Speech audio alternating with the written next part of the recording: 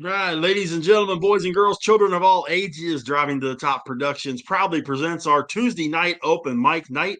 My name is Big Rich, and we are proud to have you with us tonight. However, you're viewing us in the multitude of avenues that you can get us on our YouTube channel, on Facebook, Twitter, our individual pages. However, you're getting us, we're just glad you're getting us tonight. To my right on your screen is the man that I share a show with on Wednesdays. Adam, what's going on, buddy? You are wearing the wrong hat, cuz. Actually, I don't even know what hat I have on. No, I have the Red Sox on. Whose um, Pirates fan are you? Listen, this is my favorite hat growing up, and I found it and I bought it, and I love this hat. Ever since You the know, what was it? I got it in what nine? I got it when it first came out. So, well, I think the franchise 47 came out in maybe 2004, gotcha. 2003. So when I had a chance to Yeah, right rebuy around this there. hat, I certainly did. I I have a got you. Pirates one. I have a Guardians one. I'm good. I got you. Um, Right below him, we got. Well, now we got people moving around. To Adam's right on your screen, it is Big Hoss. Marcus, what's going on, buddy? What's up, fellas? I cannot seem to get off CFB 26. I have been playing the shit out of it, but I'm here to talk with you guys on another Tuesday open mic night. Right below here's your him, we squad. got Rav. Oh, Here's your Rav, what's squad. cooking, buddy? How are you gentlemen doing here in the middle of the How about summer? how about them O's? How about them O's sweeping the Atlanta Braves this week? Getting that squared away. Orioles handling business here. So that's actually good. All-Star break. Saw you Yep, had an and we're gonna immaculate get in. one. Yeah, we're going to get into something about the All Star game here in just a second. To his left on the screen, it is Ken the Bear. Ken, what's going on, buddy? What's up, man? How you Ken guys doing? the Hope you're fan. enjoying I'm sorry. July. It's July already. Jeez, where's the time go? Camp in 2 weeks. Hey, everybody, knock on wood for me, okay? When I say this, the highest temperature we've had this summer, and I'm in Waco, Texas, is 95. What? It's been hotter in Pittsburgh than it has in Texas this year. Y'all hadn't even I'll got to the take. triple digits yet? Nope. Dude, I am crispy right now. Holy cow. I was at the lake all weekend. Sunscreen just wasn't doing it, boys. I'm as red as this shirt underneath. Like if I took it off, you'd think I was still wearing a shirt. Shit, You know, right. Rich, funny you should say that because I'm in the Panhandle, and we're not going to get. Heck, we're not going to see the mid 80s this week. Beautiful weather out here in Florida. Yeah, yeah. It's weird the way the weather all works, man. But hey, Rav brought it up. All Star game next Tuesday night. We'll get into our homework assignment right after this. But our dearly beloved All Star game kicks off on Tuesday night. But first things first. With that, we're gonna have the home run derby. And as we sit at this second, you have Ronald Acuna Jr. of the host team Braves, Cal Raleigh of the Mariners, James Wood of the Nationals, Byron Buxton of the Twins, Nico Horner of the Cubs. Why? I have no flipping clue. And the latest addition to this little roster, O'Neill Cruz of the Pirates. So, is there anybody there besides O'Neill Cruz that people are excited to see hit home runs? Where's Altuve? Not on the list yet. That wasn't serious, was it? Nope. I'm excited to see Cal Raleigh. I think a lot of people haven't seen Cal Raleigh. He's in Seattle. The Mariners don't get as much national Sunday night games and all that other stuff. So I think, yeah, Cal Raleigh, I think this is a good opportunity for him. Yeah, I hear you, though. After him, like Nico Horsemer, I don't understand that one at all. I don't know why. Yeah. Here's one that I don't understand. 2 out of the last 3 years, who's won this thing? Pete Alonso. Who was not invited to the home run derby this year. How the hell does that happen? You win it 2 out of the last 3 years and you're not invited to come. Is it like he's too good at hitting home runs during batting practice? I honestly believe this. And I think I don't know if this is what you're saying exactly. Baseball has no idea how popular the home run derby is. I think it's the opposite of the NBA. The NBA seems to think they're still in the 90s with the slam dunk contest and think everybody's still in. And baseball does the opposite. Everybody loves the home run derby, and they kind of don't even realize it. Like, I don't know what's – I think that's kind of what you're saying is absolutely right. Everybody wants to see the home run derby. Yeah, I'm just waiting for not when when they don't put not when they don't put all the great players in there. It's kind of dull. Well, but the slam dunk contest was the same way. I mean, you never saw LeBron do it or Kobe or guys like that. You saw MJ, of course, and Dominique back in the day. But it's the same thing with now. Aaron Judge did it once. Hasn't done it yet. The only reason Acuna is doing it is because they got the All-Star game in Atlanta. I can guarantee you that's the only reason why he's doing it. They kind of have, but like Rav was saying with the NBA, they kind of have that same issue. But I'm with you, man. People, the old line, chicks dig the long ball. Well, I got news for you. Guys dig the long ball too. When you can launch one 525 feet, that's pretty dang impressive, man. Batting practice or not. I don't think they really have ever. I think, and even deeper than that, like the All-Star game, it's on the wrong day. I don't know what's it doing on a Tuesday night. I know it's always been on Tuesday night, but like it should be on a Saturday or Sunday. Have the game where more people can watch the game. If I was the commissioner, I certainly would have that. Here's one for you, Rav, and I'm glad you asked that question. Do you realize that the day of the All-Star game and the day after the All-Star game and that Thursday are the only days of the year? I'm sorry, backtrack that. The day after the All-Star game and that Thursday are the only days of the year that there are no regular season games or postseason in any of the 5 major sports. None. No baseball, no NBA, no NFL, no NHL, no NASCAR. None for either one of those 2 days. Hold on. You're going to say 5 major sports. You're going to drop the MLS, but you're going to put in NASCAR. Yes. And I'll repeat that again. How many days or how many weeks? It's the day after the All-Star game and the Thursday following that. So those 2 days after the All-Star game are the only 2 days of the calendar year where there is no major sport event going on, no major professional sporting event taking place. Except MLS. But I know people are going to say, who watches MLS? Me. I do. Well, I only watch the Dynamo. That's it. I don't watch it religious. I don't watch every team like I watch the NFL in college or the NBA. No. Well, soccer, I can only think watch. I was going to say, I think you're in the majority there. Right. I'm not NASCAR or MLS really, personally, but I would put NASCAR above MLS. I don't think there's that many. Yeah, because there are plenty of games on the 16th of July for the MLS. Orlando plays New York. Atlanta plays Chicago. Charlotte plays D.C. Cincinnati plays Miami. I mean, there's plenty of games. And the MLS sells plenty of tickets. Well, that Wednesday and Thursday is the opportunity for everybody to catch up on their MLS and also catch up on their darts and their cornhole and their lacrosse and that kind of stuff. Because that's all ESPN's running those days is that kind of craziness. Well, they're not running MLS because only Apple is running MLS because they have the exclusive rights. So, but that's the MLS's problem. I don't know why they did that because unless you buy Apple Plus, they got a nice contract out of it. But I mean, you're not growing the game on Apple Plus. You're growing the game on ESPN and ESPN Plus.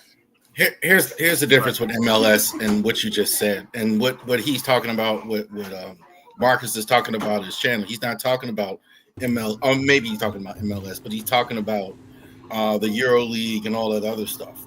That's all. MLS, Yeah, that's the all. MLS is not the best league. You talk about NASCAR; these are the best drivers in the world. You talk about Is it all that stuff? Talk to the European drivers, and they might say otherwise. I mean, it's eye of the beholder, but the MLS is a pretty big draw in the United States, and they have their stadiums that they sell out religiously, fanatical fan bases like NASCAR. So if you want to look at ratings, it's probably up there in ratings as well.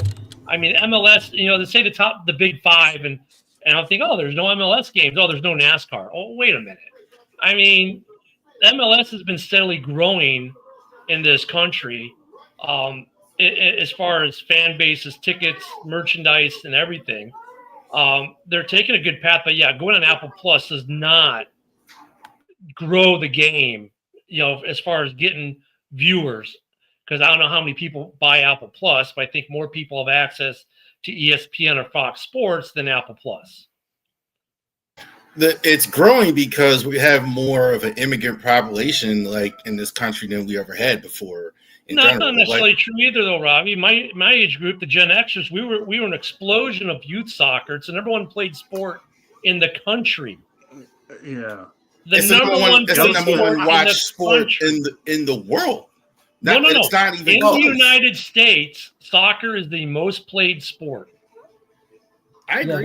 By kids. I don't disagree with that at all. They go they'll go all year long with these cups and league challenges and all that tournaments and all the other stuff. It's a different animal, but it is a major sport in the U.S. that draws major money.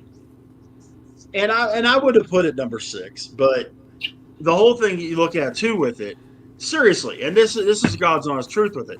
A lot of parents have their kids playing soccer nowadays because they don't want to take they're concerned their kids are going to get hurt if they play football, and they think they're going to get hurt playing baseball, and they see all the stupidity that goes on in the NBA, so they don't want them having that, so they put them in soccer.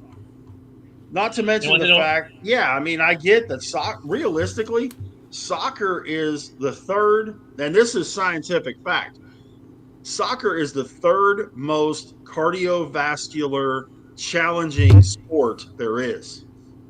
Yep. Yeah, you're running for 90 minutes. Right. Swimming is first, by the way. So in the U.S., this is from the Sporting Blog. I'm not sure what year they did this. Let me see. Well, it's 20th January this year. The most popular sports in the U.S., percentage of fans that pay attention to the sport, American football blows everyone away at 74.5%, followed by basketball at 56.6%, then baseball, then boxing, then ice hockey, then soccer, then golf, then the WWE, then tennis, and where does NASCAR and motorsports rank? 10th at 14.6%. Behind tennis and behind the WWE. Just saying. So when you get to the top 5, it's reality, it's 10. And I was surprised by that list, by the way. I figured NASCAR would be ahead of tennis and golf. But golf is actually pretty good.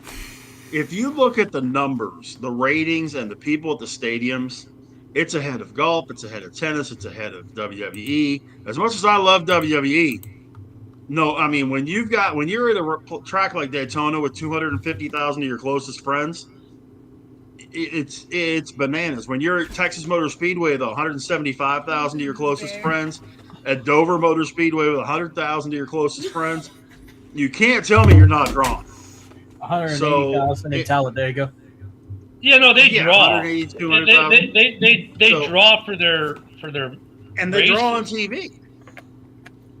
And they draw the numbers. According to this survey, they're 10 out of 10. But needless to say, after the All-Star game on Tuesday, at least you can watch some MLS soccer if you have Apple Plus. Big Hoss and I might be going to your watch. So real quick, $10 a month or $100 for the season. Yeah, there you go. Real quick before Marcus, I gotta know real quick, Marcus, did you buy both or just CFB? Both. I set Madden out last year so I can give my full love and recognition for one full year of college football with not having it for 12 fucking years after that lawsuit shit. So I drew a knee the other day. I deleted the shit and I immediately had it downloaded and ready to go by the time I got off yesterday.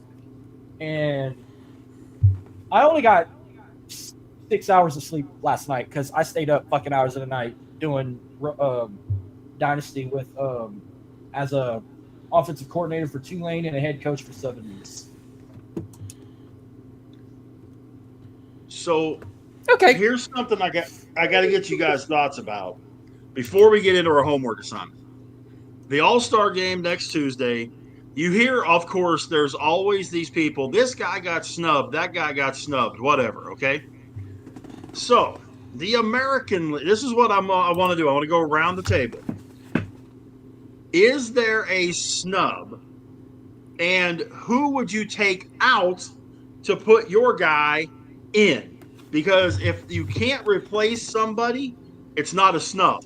He wasn't that good. So when you look at the American League, Cal Raleigh and Alejandro Kirk are your catchers. Vlad Jr. and Jonathan Aranda are your first baseman. Gleyber Torres, Jazz Chisholm, Brandon Lau are your second baseman. Jose Ramirez, Alex Bregman, Junior Caminero are your third baseman. Shortstops, Bobby Witt, Jeremy Pena, Jacob Wilson. In the outfield, Aaron Judge, Riley Green, Javi Baez, Byron Buxton, Stephen Kwan, Julio Rodriguez. And at DH, Ryan O'Hearn and Brent Rooker. The pitchers, your starters, you have Hunter Brown, Chris Bubich, Garrett Crochet, Jacob deGrom, Max Fried, Yusei Kikuchi, Tarek Scoble, Shane Smith, and Brian Wu. Relievers, Aroldis Chapman, Josh Hader, and Andres Munoz. Anybody you see left off the list, Adam? And if there is, who do you replace with your guy? I looked it over before. I didn't really see anything I would change. That's just me. Marcus? Yeah. I mean, I'd replace Cal Riley with Mauricio Dubon. You'd replace the home run leader. Why? No, I'm talking about to play catcher.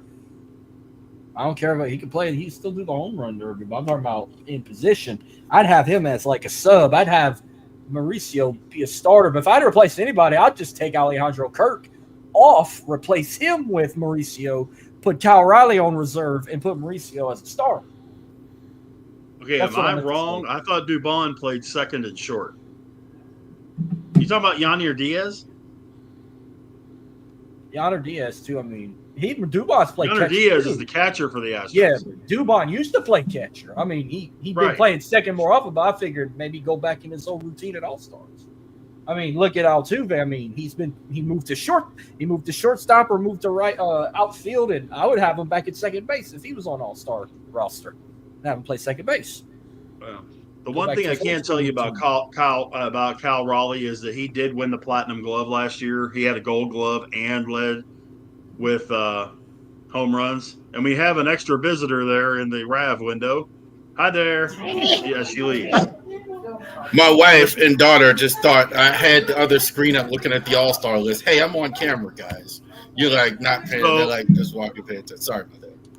So, Rav, is there anybody that you think got snubbed in the American League? And if so, who would you take out? I'm gonna leave it to Orioles. There's not a lot. I kind of agree with Adam. It's a lot. It's pretty decent. I would have liked to have seen Jackson Holiday. I think he's been every good as Gabriel Torres. I think people would like to have seen him in there. So I do agree with that. I would have liked to have seen Jackson Holiday instead of Gabriel Torres. I don't know why they have so many starters in the All-Star game. I kind of don't get that. Shane Smith, they have to do it because they have all the teams, so they have somebody from all the teams. So I'd like to see Felix Bautista in there as well.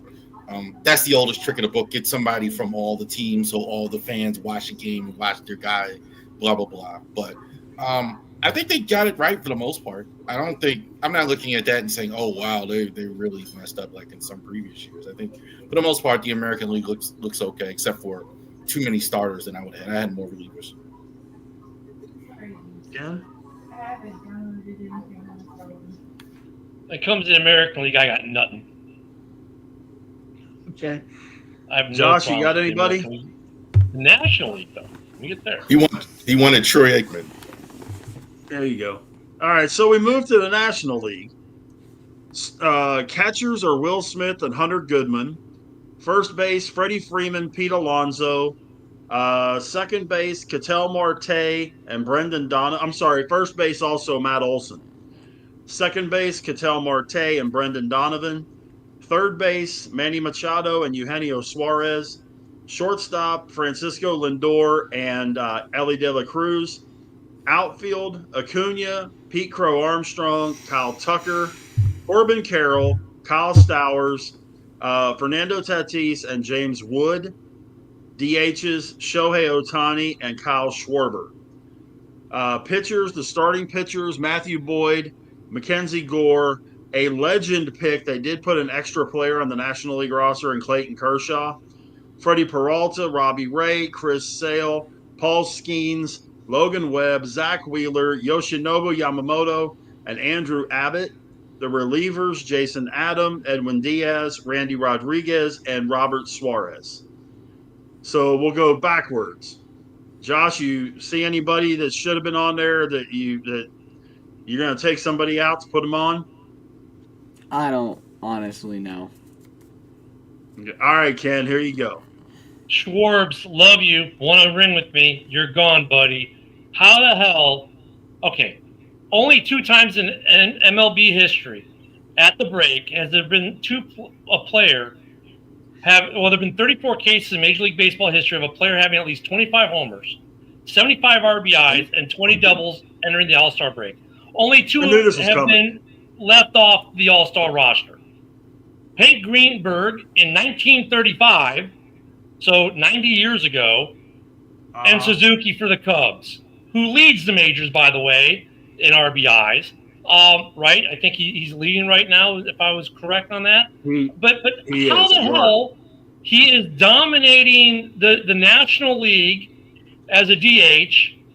And Ohtani, I get. Schwartz, I love the dude, but how is Suzuki not on this roster? Oh, is it because there are already 3 Cubs on it? Please. He is killing it, and this is why for me the All-Star game in baseball, besides the fact that it means nothing, the home field advantage thing, I always hated when they did that. Baseball just keeps doing things to make me care less and less about it. But this is another one of them. It's just like, come on. The guy is dominating the league, and you're going to say, yeah, you're not an all-star. Are you kidding me? Well, the big thing to think about that, too, is who's the manager of this team?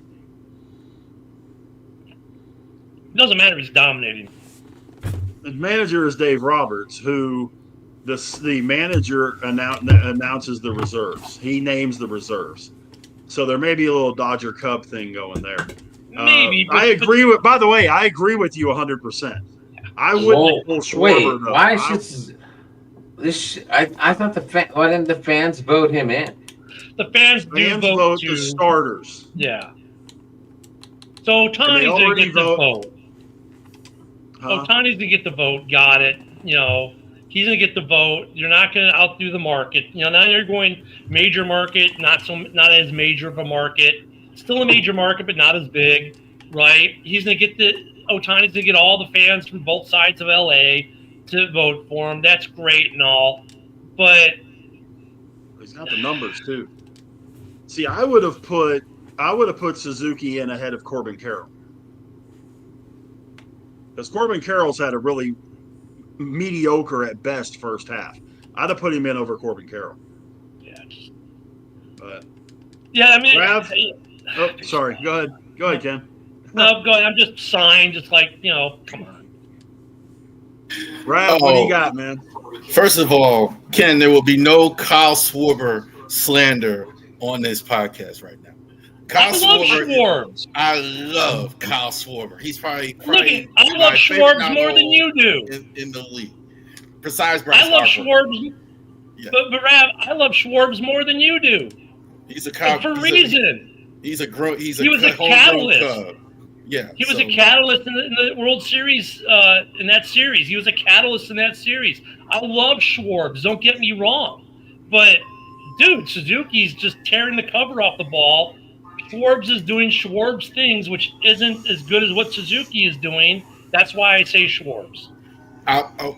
You're right, but I'm gonna tell you why. Because another name you didn't mention, and I think is a snub too. And instead of Adams and Rich is absolutely right about Corbin Carroll. That might have been the guy. In both cases, I would drop it. Andy Pages for the Dodgers has been fantastic as well, and I think that's why Suzuki didn't make it.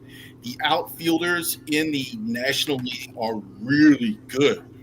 Jackson Torino's been really good and didn't make it as well. So I had that name. I was really looking at him. So I think the depth in the outfield in National League, Pete Crow Armstrong, this came out of nowhere. Kyle Tucker, when I did on my channel the list, I didn't even have him. And Kyle Tucker's been really good. So I think the reason is the depth of the outfield in the National League is the reason why he didn't make it. I understand it, though. I understand. But Schwarber, we will not slander.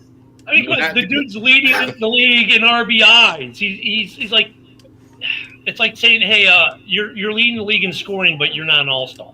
That's what they're saying. I agree. I think it's profile and people like Schwarber better. I mean, you're not wrong in your overall point. I'm just saying that's why, too. Though. And I love me some Schwarbs. Yeah. I love me some Schwarbs. I do. He's a Cubby for life. I don't care what jersey he's wearing today. Marcus, what do you got, man? You see anybody that got snubbed, and if so, who are you taking out? Well, for the NL, I wouldn't take no one out, but if I had to swap, the elected starter to reserve, let's see. Well, we're just looking at somebody that didn't make it. If do you have someone that didn't make it that we would put in and take somebody out? This seems like a fair, legit roster to me. Like, I don't really pay attention to NL people, but this seems like a legit roster to me for the National League, unless if y'all believe there's someone I should say that should be taken out in place. Suzuki should be in. Okay, outside of what they've Suzuki. already mentioned, I can't see it. Adam, you got anybody? I was with Ken on this one. I thought Suzuki should have been in. But For y'all's sake, as long as Paul Skeens starts, that's all I care for the NL. I think they're going to let Clayton start. Or at least Paul Skeens get some pitches. Is he retiring? Clay Kershaw? Yeah. He hasn't announced it yet, but I wouldn't be surprised. Because I can't think of another reason why he'd be in there if he's not. Maybe they don't. He got 3,000. He got 3,000. 3,000 reasons there, buddy. 3,000 strikeouts. He just got it last start. So what does that got to do? Okay. Well, I don't. He'll probably be the last guy. He'll probably be the last guy to do it. Swan song, If he is retiring, then I hear you. But like if he's going to be around and he got it, I don't understand it. I can't see Paul Skeens starting either because he only has one win. I know the numbers are there, but that number's not there, and he doesn't really deserve the start. It's not actually one win. That's just a joke. I think you're going to see Wheeler start. Guess what I will not be watching next Tuesday? The All-Star game. So I hope it's Skeens. I don't know. I agree, but I hope it's Skeens. I hope I'm wrong. And Rich, I do agree with you. I think they should have it be like a Saturday afternoon game. You know what I'm saying? Make it a weekend destination thing. Like, the nice thing about other All-Star games, fans travel to it, right, to see guys from people from their teams. This being on a Tuesday, first off, the people in that city are working. Some are going to go, some aren't. But if you make it a whole All-Star weekend destination thing, the MLB can make so much more money. That's just how poorly run the MLB is. The MLB has not been run well as an organization. I can't recall the All-Star game being on a weekend. It's never Exactly. been. It's always been the second Tuesday in July. Yep, and that's Whenever they went to one, because they had a little stretch that they played 2 All-Star games. When they went to one All-Star game, it was always the second Tuesday in July. I mean, now it's just we're stuck in tradition, but make it an All-Star weekend and make it a spectacle and make it something like, because the home run derby is gonna be on what, when everyone's at work. I mean, Monday do it night. on a weekend. Saturday, make the Saturday the home run derby and the other fun stuff you do. Make Sunday a 2:00 game or something like that, an afternoon game on a Sunday, and make it a destination. How about like Sunday be the All-Star game, Saturday could be the home run derby or whatever else you want to do. Yeah. Friday, do like a celebrity sandlot game or a pickleball game or some shit. They do a celebrity softball game.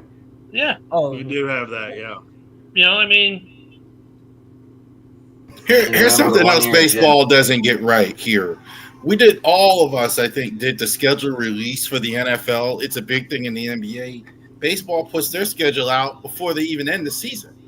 Like, that's insane to me. There's Why suspense. don't you wait until after the World Series is over so you can get a game on Memorial Day or start, or like you can have the Dodgers or the Yankees or the Red, you could schedule it out based on what happened last year. The way and they're doing it, you could Go ahead, tease sorry. some I'll be stuff right out, right? You could tease out, like, Memorial Day is going to be this big rival, Labor Day or whatever is going to be, the holidays. You can tease out the holidays about being these big, sorry, my cat just opened the door, these big, the rivalry weekends. Like, you could tease some of them out. And yeah, the MLB misses the boat on so many things these days compared to the NFL, the NHL, the NBA, MLS. Hell, even the MLS does a better job at schedule releasing than Major League Baseball with the messy commercial at the end of the Super Bowl.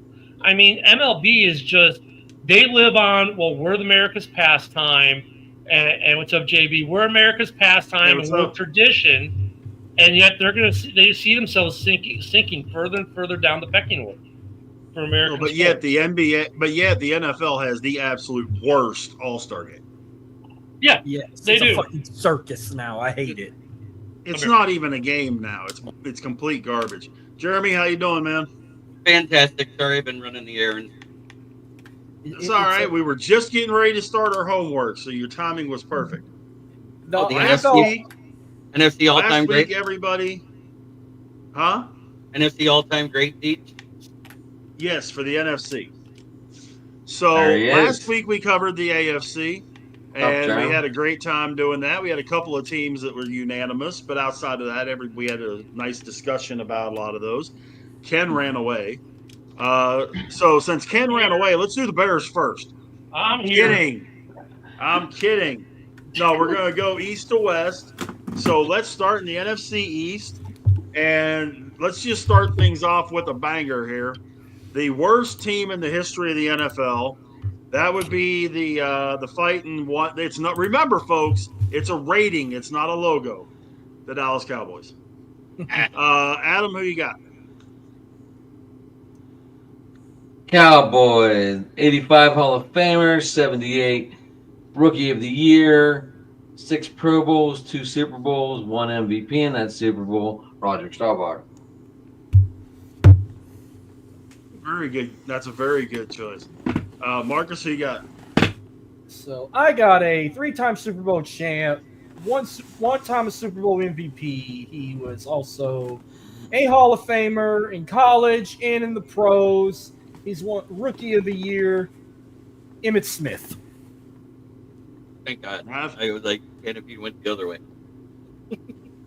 Rav, who you got? From Escambia High School, the same high school the Usos played at, Trent Richardson played at. I can let's go on. I've seen their high school and all their big names that played for the Escambia Gators.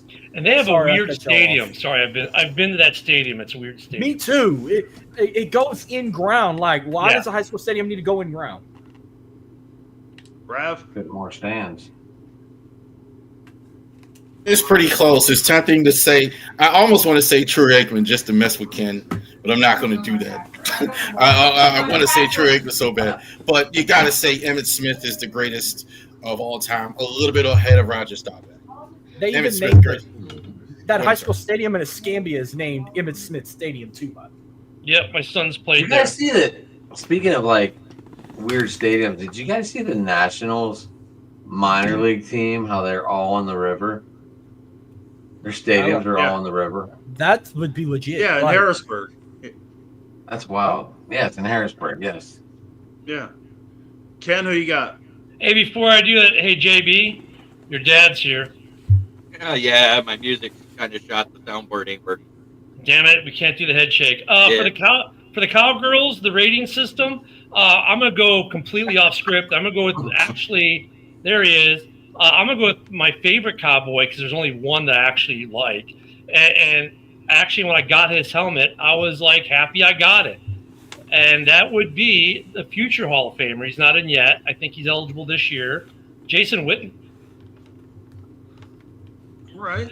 I go with Ditka, but Ditka's always a bear in my heart. But Witten, and here's the reason for Witten. Like the dude just like Dominated. Yeah, I mean, you knock it, you can hit him so damn hard the helmet came off, and he's still trucking down the field without a helmet. Right? I mean, the dude just had no stop. He was consistent, dominant, didn't get the love he deserved as a player in this league because there's always bigger personalities around him. But at the end of the day, if there's no Jason Witten, the Cowboys wouldn't have even been a part of any conversation during his playing days. Like he was that glue that made that team work, and he was so dogged and such a good player. So for me, it's Witten. Josh, who you got? I got Roger Staubach. Okay. Jeremy? It's now been said a second time. It's Roger Staubach. I went even a little older. Arguably one of the greatest defensive linemen of all time, and definitely the man has the name Mr. Cowboy. That tells you something. Bob Lilly. Mm-hmm. Funny story. That's my mother's maiden name. Bob? Lily. Couldn't resist, Jeremy. Sorry. That was good. All right. This next one I think is going to be unanimous, but anybody not have the same guy for the Giants? We'll find out. Jeremy, Probably not, brother. Jeremy, who you got? Just because he won 2 Super Bowls, everybody wants to say it's that guy. I can't. It's LT. Yeah, that's who I was thinking. Taylor. Rav, who you got, Rav? LT without the question. Greatest linebacker outside rushing of all time in NFL history. No question. Yeah. Ken? Well, I don't know if I agree with the second half of what he said, but all I know is when he signs his helmet, he inscribes one bad motherfucker. LT. Josh? I'm going to go with LT, I guess. I was going to go with someone else, but I got to go with the group. I'm going LT. Adam? I'm going with that 1999 Hall of Famer as well. Marcus? Outbidding. This is going to go across the board. I'm going with the guy who broke Joe Theismann's leg, the guy who beat Bam Bam Bigelow in the main event of WrestleMania 11, even the guy who went spoke at Bobby Boucher's football camp. Well, it was LT's Louisiana Lightning. By the way, that's Ron Guidry's nickname, not Lawrence Taylor. So you get your baseball shit mixed with football. Like he said in that movie, don't smoke crack. Lawrence Taylor. I'm shocked no one said Eli Manning. I wanted to. I wanted to. I'm not. I knew Josh was thinking Eli Manning. Eli would be his own. Eli would be in a different list. He'd be in the best all-time playoff. I was waiting for someone to say Strahan. Strahan, or Tiki Barber, or any of them guys. LT. Lawrence Taylor. Baby. So now we get into some interesting stuff. How about the Philadelphia Eagles? Let's start that one off. Josh, who you got for the Eagles? I got Reggie White, but I got an honorable mention to the greatest backup quarterback of all time, Nick Foles. Okay. Jeremy, who you got? Greatest backup. I'm going Reggie White. Ken? You can't do Reggie White for 2 teams. I could. I mean, it wouldn't be any different than Sweat being the sack leader in 2 teams in 1 year, which he was. But God, how do you not go with the Minister of Defense? You know what, though? God, there have been Reggie White's the obvious one, but if I pick him for that, I can't take him for the Packers. And I think he was even my guy for the Packers. There's Weapon X. He was the heart and soul. McNabb was a heart and soul of Philly for over a decade plus. Never got the love he deserved either. I want to say Reggie White, but he's going to be my pick for the Packers probably because the Packers suck and I hate them. So, I'll have to go with someone they bought in, not that they raised in. God, I'm going to go with McNabb. Fuck it. McNabb is the reason the Philly fans became the Philly fans in the way they were. He was the most underrated quarterback maybe of his time. The guy should have had a ring. He didn't get one. McNabb was tough day in, day out. He put Philly on the map when Philly kind of had fallen off the map and started a winning tradition in Philly. The Minister of Defense, but he's going to be my Packer pick. So, I'm going to go with McNabb. All right, Adam, who you got? Who do I have? The only guy that when he came back to play against his former team, the whole stadium could wear his jersey, and no matter what, it was okay. Brian Dawkins. Yeah. Love Dawkins, too. Okay. Marcus? Yo, Marcus. Oh, I thought you said mucus. I'm like, who the fuck is mucus? No, I also went with Donovan McNabb, the guy who should have got him their first Super Bowl and beat Tom Brady, but he came up short. And he had Terrell Owens on a broken leg who had a massive game. I'll never forget how angry. I'll never forget how pissed I was when Brady won back-to-back for the first time when he beat McNabb. Because I got pissed he beat Jake Delhomme the year before, and then I got even more mad because he beat Donovan McNabb, who was a good quarterback to play with in those Madden games and around. Now, not Madden we had at the time, but a Madden above it or before it, yes. Nemco. But Donovan, I still say the uncrowned Super Bowl champion. He should have won the first for the Eagles, not a backup. But hey, that backup did bring Tom Brady. Raph, who you got? Eagles and the Commanders are much tougher than the Giants, I think, as well. Chuck McNarick, I almost wanted to say him. You go really old school, a guy. And Reggie White, I kind of with him. I think of him as a Packer player, so I can't say Reggie White. So I'm gonna say B-Dawk. I would love to watch Brian Dawkins. He was the most complete safety. He was as good. He was a hitter and he was a ball hawk. And he was, to me, the leader of that defense. Those great defenses he had. But Brian Dawkins was 34 picks and 32 forced fumbles. And you say that, I remember the hitting. He would just deplete everybody, man. You got hit by Brian Dawkins, you remember it. Well, it was Reggie White. Yeah. Dawkins is one of those guys that when you think Eagles, you think Brian Dawkins, you think Reggie White, you think certain guys. That's one of them, yeah. Okay, well, you just brought it up, Raph, so we'll start with you. The Washington Redskins / Commanders. This was super hard. Because they have a lot of really good players and they're really kind of close together. No one guy really sticks out, even when they won world titles. I'm gonna say Darrell Green.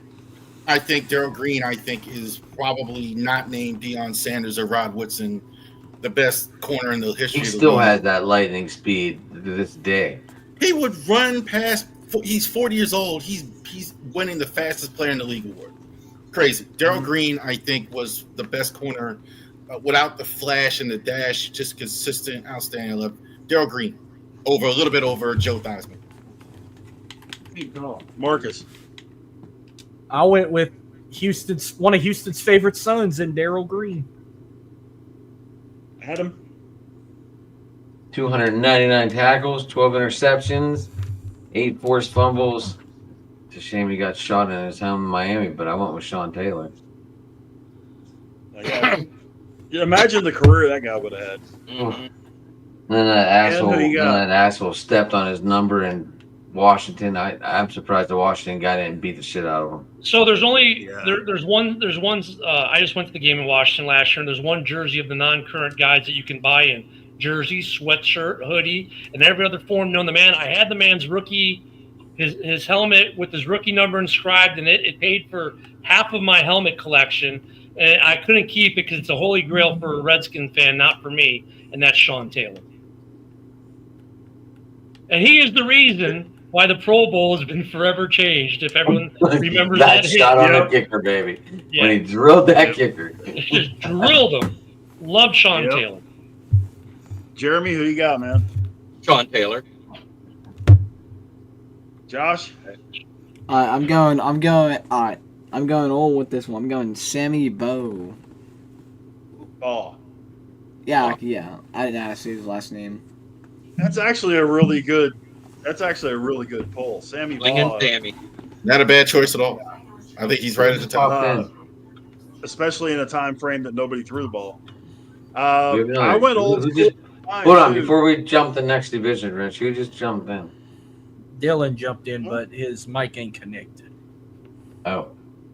or his Well- cam ain't on either, so it won't let me add him. My dad Rich, put who a you got for the comment. Redskins? I was going old school on my Redskins. Nobody wanted to tackle this guy at all. John Rick. You saw that 44 coming up to the line, and people were like, "Oh no, screw this." So I went with John Riggins. That was my number 2. Riggs. Yeah, I like Riggs too. You know how hard it was The for me? Diesel. You know how hard it was for me? It was either him, it was either Darryl Green or Doug Williams. See, I would have Doug Williams more with Tampa than with Washington. Okay, I don't have him because- for Tampa, but I mean, I would've put him for we've Washington. done the NFC East for people who We've are done asking. 4 We have teams. done the Yep. NFC East, so we've done 4 teams. We're going to the NFC North right now. Oh boy. Oh boy. NFC North. Let's see. Who do I go first? How about the Minnesota Vikings? The Vikings. Yes. Jeremy, who you Can I- got? Chris Carter. Chris Carter, hands down. The gentleman, the guy that led the wide receiver rookie symposium for years. Consummate professional. Great guy. Good deal. Josh. I'm going with Alan Page. Good call. I went with to me, the 4th best receiver in the history of football, Randy Moss. Adam, who you got? I went with the induction guy this year, Jared Allen. All right, Marcus. I also went with my all-time favorite receiver growing up, Randy Moss. Rav. As tempting as it was to say Randy Moss, I think the best player in the franchise was Fran Tarkenton. I think very, very underrated Fran Tarkenton. Was one of the greatest quarterbacks ever played. And I did this for a reason. Ken, go ahead. So you could go with AP, sure. I mean, he was great in Minnesota. You could go with Chris Carter, yeah. You could go with Moss, Moss is good. For me, I'm more of Jared Allen. I just think Jared Allen was Minnesota. When you hear his name, you see the horns. You see the Vikings. He's the only guy who I really – he at the end of the career, he played for the Bears for like half a season, whatever. Then went off to Carolina, whatever. But Jared Allen just was the Vikings, for many, many years. Fran Tarkenton is also a great pick. But, yeah, you got to go with Allen. There was something about him. He has that X factor that the other ones maybe didn't have as much of. Okay, so I'm going to start with him on this one. All right, Ken, go for it. The Bears. I think it's an obvious choice for everybody, but go ahead. Go Well, Bears. it is. It's Walter, and it's always going to be Walter. And anyone who doesn't say Walter doesn't know ball, right? But no, it's Walter. But there are some guys that some good honorable mentions that don't get the love they deserve. Peanut Tillman also changed the game. Ditka changed the game. Devin Hester, oh yeah, also changed the game. But it's Walter. It's Walter today. It's Walter tomorrow. It's Walter when the world ends. How about Bob Avellini? No? No. Well, shit. All right, Jeremy, you're up. Walter Payton. Sweetness. Does he like the Rav. game? Rav. I'm a surprise y'all say Dick Butkus was a better than Walter Payton. I think Dick Butkus is was the toughest guy I ever saw. I mean, if you ever met Dick Butkus, like, you would just be pissing your pants talking to him. I mean, You got to be a badass with that name. yeah, Dick like, yeah. Buttkiss. Not by much, Going but through school? Butkus a little bit ahead of Walter Payton.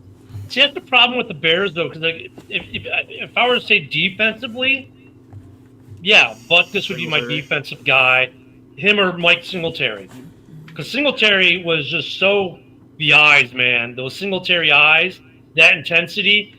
I mean, just that the Bears are problematic in a show like this. Put it that way. Marcus, who you got? I mean, we're going to go with one of the best who they named an award after in Walter Payton. But I'm going to throw an honorable mention myself. I will throw Brian Urlacher as an honorable mention. And just for the hell of it, if I've met one Chicago Bear in my life, and he's one of those down-to-earth guys who's from my neck of the woods, Matt Forte. Hey, the man. Love Forte.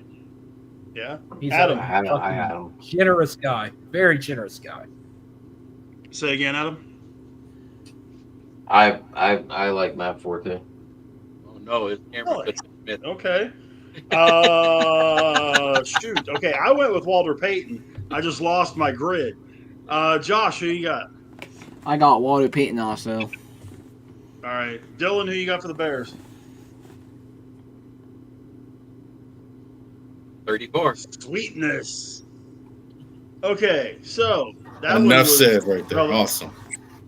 I I went with kind of Walter think the Payton. next I went one, with Walter Payton as well.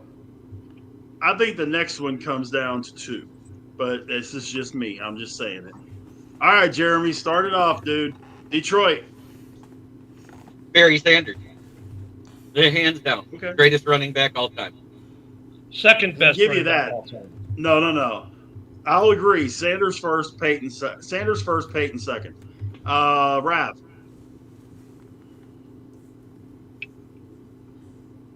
Which team is it? Is it the Detroit. Detroit? Oh, Barry Sanders. Without the question.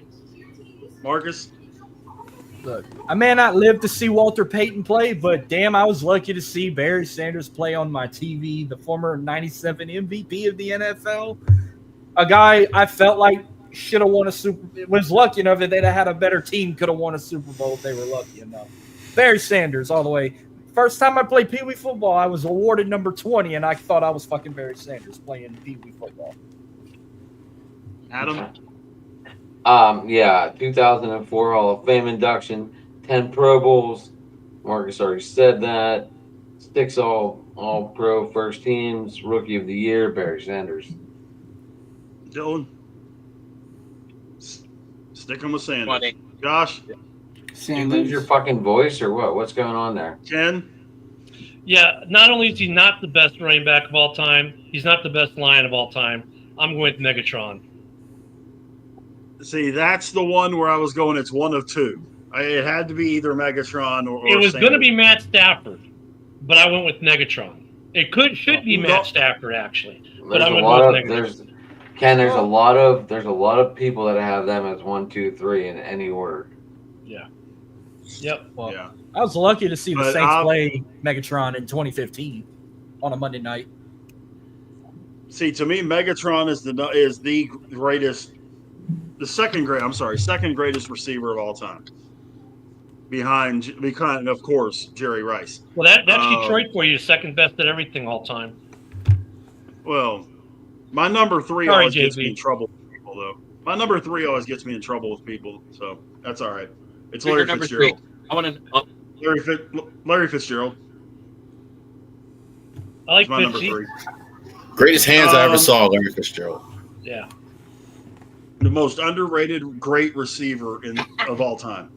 So now we got one team left, and this ought to be fun, especially for Jeremy and Ken. The Green Bay Packers. I'm going to start this one off. I went Brett Favre. So, yeah, mainly because I went Reggie White on the Eagles. Adam, who you got? I got that. Let's see. Let me look at my notes. Don't tell me you got that Steeler quarterback, or I'm going to reach through the internet wave. Oh boy, I'm cooked. Yeah, you are. 90s All-Decade Team. 95 Offensive Player of the Year. 1 Super Bowl. 4 years. Look 4 at the years stat, led the bro. league in touchdowns. Brett Favre. And Haas goes away. What's up with that? Big Hoss with the sauce just became mucus. Nah, Okay, Haas, you're up. look, I went with the guy who inspired me to love and watch this even more than anything. The first player I've loved that's don't play for the New Orleans Saints, Mr. Brett Favre himself. Barbara. Yeah, I figured that was where you were going. Luckily, it was right there. I have always been a Sterling Sharp fan, though. So that was up there with my mentions, but just because, it's my. Look, it's even a Reebok jersey. Look at them hoes. Yeah, look at them hoes. They're all on the corner. Raph, who you got? Look at that mesh. Look at that mesh. You Look at got that Reebok the mesh. Packers, the greatest quarterback, I think, history in the NFL as far as a whole one team. Bart Starr, if you said it, fine. Aaron Rodgers, if you said it, fine. Brett Favre, if you said it, fine. But Reggie White, the greatest free agent in the history of the NFL. Top 5 player of all time, Reggie White. Oh, yeah. All love for Dylan? Reggie White. And he's a Packer because he won the Super Bowl. Mr. Wrangler guy. He went with Barbara. Say again. Mr. Wrangler guy. Brett Barbara. So we got Mr. Favre. Okay, Ken. Yeah, I already said it with the Eagles. This is the Minister of Defense. Reggie White. Reggie Josh, White. who you got? I got QB1 Aaron Rodgers. Adam, do something with this kid. Adam, you Jeremy, failed Well, again. I mean, he did have what 54,000 yards with the Packers, so it's hard. I don't know what's wrong with Aaron Rodgers. Whatever. You And, failed. and, I and don't know. I mean, Where Aaron would you like Rodgers, for me to start, Rav? Aaron Rodgers went to the same amount of Super Bowls as Trent Dilfer. And Rex Grossman. Oh, God. All right, Jeremy, who you got, buddy? Bart Starr. I agree with my dad. It's Bart Starr. Won back-to-back Super Bowls with him. Come on. Yeah, I mean, I really honestly was thinking Ray Nitschke for a hot minute. But That'd be a good pick, too. And honestly, number 2 on my list would have been Jerry Kramer for the block in the ice bowl. Yes. yeah. This is another one, guys. I think we're going to go unanimous on this one, I think. Haas, I'm going to let you lead off with it. How about them fighting New Orleans Saints? Well, can I do what Dylan did last week and let me pick the order and I'll go last for this one? I want to see if this goes across the board or not. So Yeah, go ahead. Okay. I'll let Dylan go first. Dylan, you go first. Who's your best New Orleans Saint of all time? Drew Brees. J-Man, who you got? Josh. Number 2 on my all-time QB list, Drew Brees. Rav. Be on mute. This is more than even Barry Sanders, not close. Drew Brees. No other answer. Ken. I mean, it's not Manning, the first quarterback ever. No, it's Cool Breeze. Jeremy. I guess I'm the oddball here because I'm going to say the fans for wearing the bags first. I should have pulled the bag out. I should have got the bag ready. You've seen the bag. You've I seen know. the bag. I know. We did say player, you know. Oh, yeah, player. Sorry. It's Drew Brees. All right, Rich. Drew Brees. and Adam. I mean, is there anyone out other than that guy? That guy. I mean, I'll take Drew Ricky Brees. I'll take Ricky Jackson, or I'll take Deuce Archie McAllister. Manning. I'm not taking Reggie Bush. I'm not taking Joe Horn. I'm not taking Deuce McAllister. I mean, rest in peace, Will Smith, but I can't say Will Smith. I can't even say. I can't even Willie say. Rowe. Or You could say Willie Willie Rowe. Rowe. I'll take Willie Rowe too. He was one of the best linemen they had. But you got. I really like Willie Rolfe and Sam Mills too. They were awesome players, but they're not. Come on, Drew Brees. No, not Yeah, Brees. it's the guy that took a city and brought peace back to the city after one of the most devastating hurricanes. That's going to make its 20-year anniversary this year. You're talking And about a who brought QB that hope made- back. He's their Jesus. Like Drew Brees is like Jesus. They worship him. They literally worship the guy. Like they bow to his feet when he walks down the French Quarter. He brought that city back to life.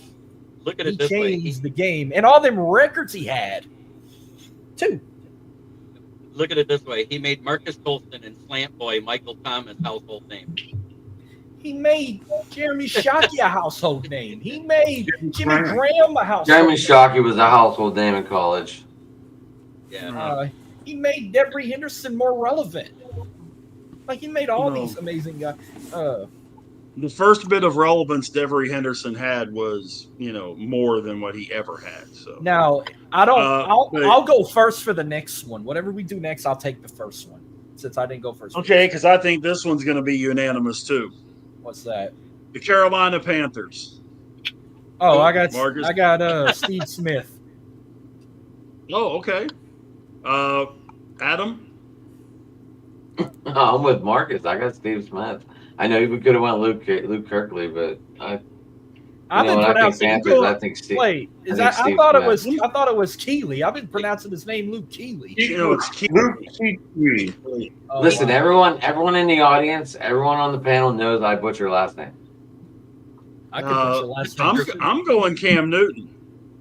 Oh, Wait a minute. He was only good till he hurt his back, and after that, he was trash. I'm I'm not even sure. I'm not even sure Cam Newton's the greatest Carolina Panther quarterback of all time. Jake Sure Delhomme. he is. Jake Delhomme. Ken, who you got? I'm going with the guy who played for two teams in the NFC North, is now in the Hall of Fame. The Lovie Smith showed up at his door at promptly 12 o'clock in 1 second when free agency signed to sign him and bring him to Chicago. And that's just, you got some peppers in your step, baby. Oh, shit. Julius Peppers. Can't leave out Julius Peppers. No way. Dylan, who you got? He was a monster too. What was he? 6'9"? He was a big boy. 6'6", 6'7", something Yeah. like that. Maybe one of the toughest wide receivers in NFL history, Steve Smith Sr. You forgot the senior. It was just Steve Smith then. Yeah, that's true. Rav. All four names are great, but I'm kind of in line with Julius Peppers. I think he was the best player they had in the franchise. Edge rush. I underrated Julius Peppers. Julius Peppers was tremendous. He was Jeremy? badass at Ole Miss. I'll give him that. Steve Yeah. Smith. Hands down for me. Josh. Mister should have died for the ball. Cam Newton. I'm shocked no one said Jake Delhomme. I just said him over Daylight Cam coming, Newton. you got the Delhomme, just doesn't. All right, so this one should be fun. How about the Tampa Bay Buccaneers? Ooh, This should also- I'm going to this- lead this one off. good. There's Can I two, go for, two names that Yeah, I got. I'll start I got. this one off. Warwick Dunn. Let me go next. Ken, who you got? Never mind. God, you can go A-Train. You can go SAP. There's You a can go so bunch, many- yeah. You can go so many places with this team. I'm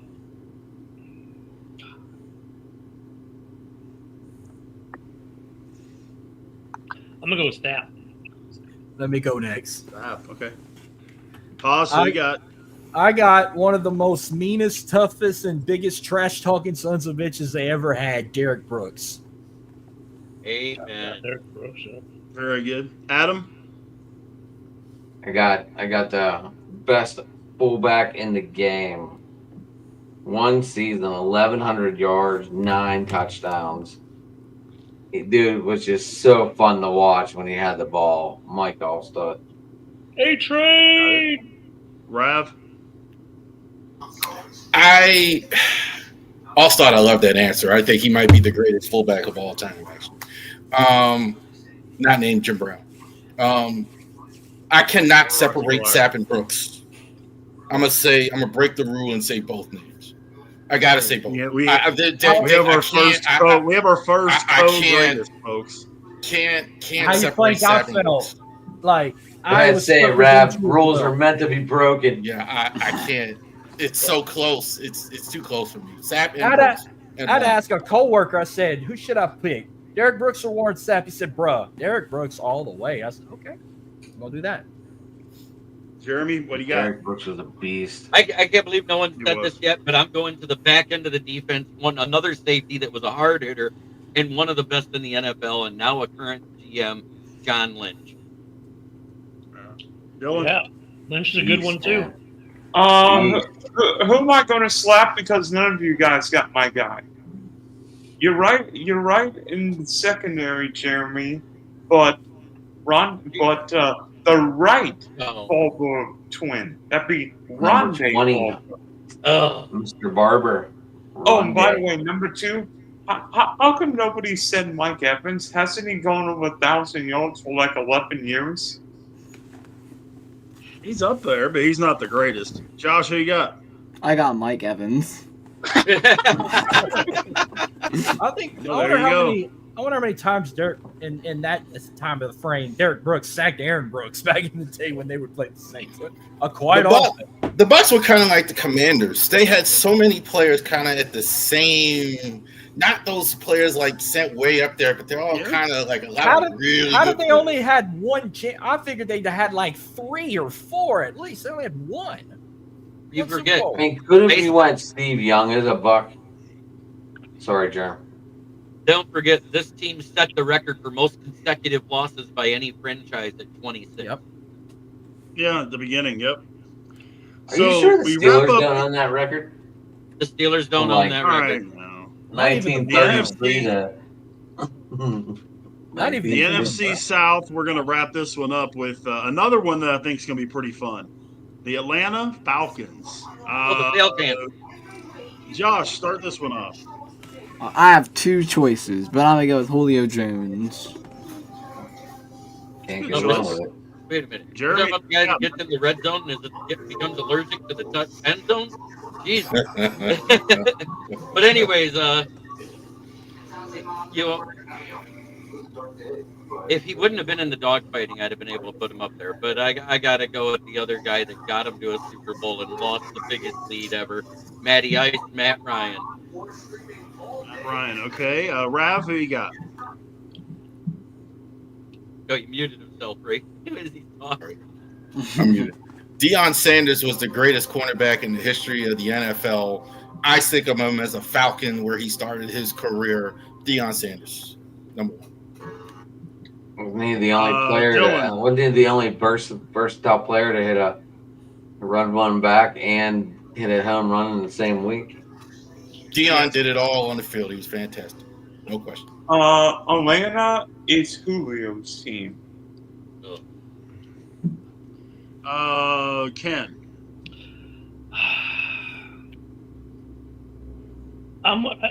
When Jeremy said Vic, I was thinking, you take the dogfighting piece out of it.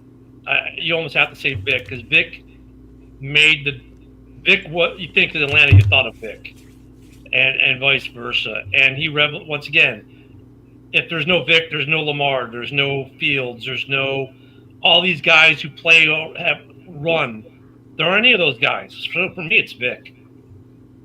But there was a guy before him that I think was better, and that was Randall Cunningham. But that's another story. I like Cunningham, but Vic changed everything. Like Also, he you got, just man. Oh, changed sorry. it all. No, go ahead. Also, you got. I went with everybody's favorite quarterback in Madden 04, Michael Vick. The guy had an overall rating of 97, and it was tough with that or even Tony Gonzalez, but I said Michael Vick. Okay. Adam, who you got? 367 touchdowns, 59,735 yards. Matty Ice. I'm gonna really get some people fired up on this one. Oh, boy. Go really for it, think I Rich. am. You're allowed. Oh no. Morton Anderson. You mean the guy that cost them another playoff chance to get to a Super Bowl? Do You you know, think I almost want Jason Hansen rings a bell for the. By the way, no, true story, Jeremy. Morton Anderson actually helped my Jackals get into the playoffs by missing last game of the year in '96, and then we ended up in the AFC title game. I remember. I was wanting to go Tony Gonzalez real bad, but he only spent 4 years in Atlanta, so I Right. couldn't do it. So I ended up going Morton Anderson. I'm glad you didn't pick Bill Goldberg. No. Thank God. I could have gone Bill Fralick though. Another WrestleMania alum. Probably a better Bill than Bill Goldberg. WrestleMania 2 there, Bill Frelick. Yeah, it was hit a the lump, Bill Battle Frelick, Royal. huh? Hey, if it wasn't for Walter Huh? Payton, I would have probably said the fridge for the Bears. Is it? The Isn't that's the would have been Pitt my- Hall of Fame? Fralick? Yes. Yeah. Yeah. Okay, so the NFC West is what we got left. Let's start off with this one. I think the whole division is going to be fun. But let's start off with the Los Angeles Rams. Now, you can also include the first incarnation of the Los Angeles Rams and the St. Louis Rams and the Chicago Rams and the Dodge Rams Don't and forget the Cleveland Montana Rams. Mountain Rams. And okay, you with We me were on saying this? we have more than one. Don't forget I'll go for Cleveland Rams. One It- pick, that- but you can that Terry- include all those teams. Hey, that So- Terry's been busted, so yes, Ken, you can. But I'm going to go ahead and Dylan, you haven't started one. Go ahead. You know what? It's all arrows. Reggie White, maybe the greatest interior defensive lineman of the 21st century. From Pitt, Aaron Donald. Yep. Brav? Oh, Marshall Falk. I think like there was nothing they ever had like Marshall Falk. Hard to pick him over Eric Dickerson, but Marshall Falk, the greatest Ram The of all time. biggest trade in history. The Colts ended up with 2 picks for Marshall Falk. But they ended up getting a pretty good running back in the end because they're both in the Hall of Fame. Edgar and James. Edgar and James, yep. From my neck of the woods. Haas, who you got? I also got my Louisiana brother, Marshall Falk, who's also related to Kevin Falk. Adam? So this man got a penalty created for his move, the head slap. He also created a stat that is well adapted now called sacks. Deacon Jones. Yeah, that's a really good one. I always thought he was one of the coolest players ever. Watched him play when I was a kid. He was part of the death penalty at a college. He helped force a college to lose their football program. But Eric Dickerson, give me a big chunk of Eric Dickerson with the Rams. Honorable mention to our boy from Pitt, Aaron Donald. Ken. So, as the Bears are making a historic run to the '85 Super Bowl, there was one guy that stood in their way until he came to the frozen field that used to be AstroTurf in Chicago. When they played that game, it was turf, hard turf at that. And I think he had no yards, negative yards, but he was the only guy who was going to bring the Bears down in the playoffs. And that defense stood up and stood him up, but that's Eric Dickerson. He's the only guy the Bears were ever scared of in that run. And coming to that game, the talk the whole week was, how do the Bears stop Dickerson? For no other game was there talk about how they're going to stop anybody. Just Dickerson. So, yeah, for me, it's Dickerson. And I'll give an honorable mention to Fox. I was in St. Louis for the Greatest Show on Turf. Went to a lot of games that year, and he was something special. And he changed the running back position. But, He did. he was like that sneaky kill you at that point. Like, you didn't know if he was running or catching, but Dickerson, you could be ready for him, and he'd still run you over. Only one defense ever stopped him. Yep. Josh, who you got? I got Aaron Donald. And Jeremy, who you got? I got someone none of you said. And it's Jack Youngblood. That guy was the heart of that defense when he was there. Played Super That Bowl was another 14 one with of a my broken honorable leg. mentions, sure. Yep. Merlin Olsen was really good for them too. I'll just mention him. Like he was great. Probably the corniest TV show of all time, Little Palace on the Prairie, when he was an actor. But I think the Fierce Enforcement. Father Murphy. Yeah, it was corny as crap. But outstanding. Total opposite what he was on the field. Meanest guy you ever saw. Yeah. How about we go jump to the mighty Northwest, the fighting Seattle Seahawks. Jeremy, lead us off. Sean Alexander. One of the Boy, best. another one, if he would have stayed healthy. Yeah. What if he would have won Yeah, a Super Bowl in your I stadium? think that's a great pick, Jeremy. I really do. Rav?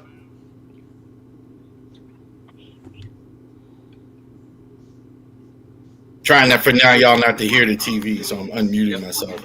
The first name I thought of was Steve Largent, and I got to say Steve Largent. I think Steve Largent is probably maybe the most underrated receiver in the history of the NFL.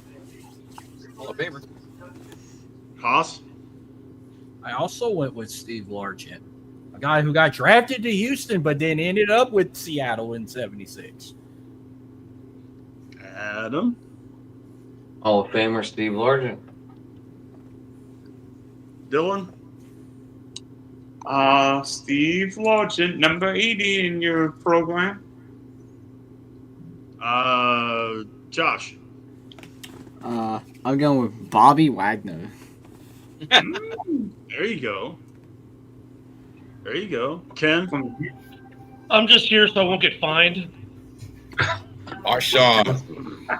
The only man who's registered seismic activity from playing the game of football.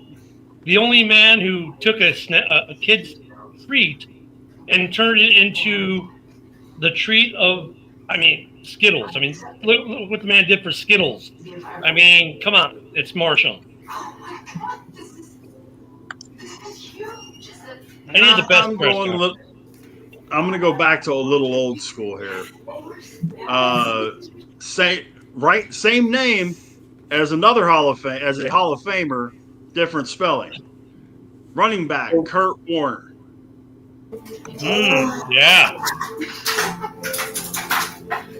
There were really good teams in the 80s they had. Never Super Bowl level, but good teams. Kurt Warner, yeah, that's a name. Cortez Kennedy and all those guys, yeah. Good running back, good college player too, yeah. Even the 90s, 80s to 90s, they Seattle always had a good team. They could just never get there. That good. Yeah. I'm actually surprised I didn't hear Walter Jones. He's another one that could have been considered, yeah. No Russell either. I was ready for somebody to say Russell Wilson. I guarantee you who it wouldn't have been. Okay, we got two left. Let's do the Arizona Cardinals next. Josh, lead us off, buddy. This should be unanimous. Let me go find. I don't know. Let me go find my notes real quick. Hold on. It is. Oh no. Lacker. Fitzgerald. Don't worry, guys. I yelled at him backstage to tell him to do We his got it. fucking homework next time. Larry Fitzgerald. All right. And stay awake may for all be- the and stay awake for all the races. This may actually be unanimous. I don't know. Ken, who you got? Hold on, give me a This second. should be. All right, here's my answer. I'm going old school. I have reasons for this. Jim Hart. Okay. Now, he Right, played I for got them when they you. were in St. Louis.